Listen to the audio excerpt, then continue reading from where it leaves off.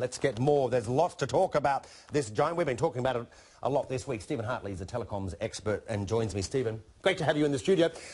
So much hype. It's Alibaba fever. Why? Why are investors like scrambling over themselves to get a piece of this company? You've got the two biggest hype words around at the moment. You've got the internet and you've got China. So internet and China together, bam. Absolutely. I mean, they're not just additive. These things multiply, so that the hype has sort of gone off the scale, really, over the last couple of weeks.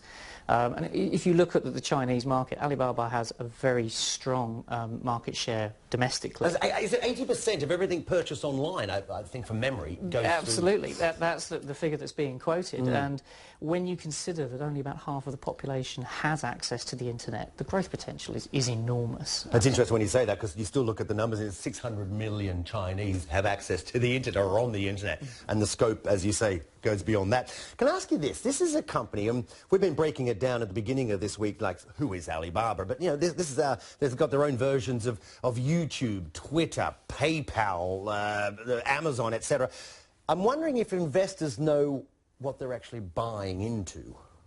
Well, that's actually a really good question, because I think in terms of the structure of the IPO, you're actually buying shares in a holding company in the Cayman Islands that has rights to the profits from mainland China. So on one hand, you could be buying into an entity that, as far as the legal structure is concerned, is questioned in China, or has been questioned in the past.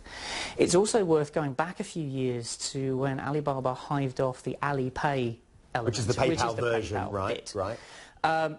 Now, that was done under the noses, in a way, of Yahoo at the time, that has a stake in Alibaba as well. And now that Alipay bit isn't being included in the Cayman Islands entity either. So hang on, so when investors buy shares in Alibaba, this Alipay is not part of that? There's still a relationship between the two, but it's not a direct holding. Right. It's an independent offshoot.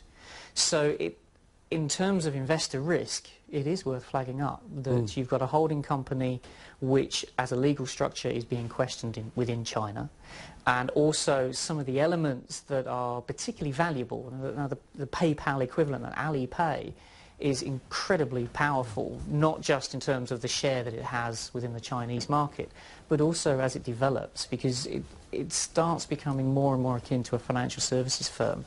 You can earn interest on the deposits within Alipay now.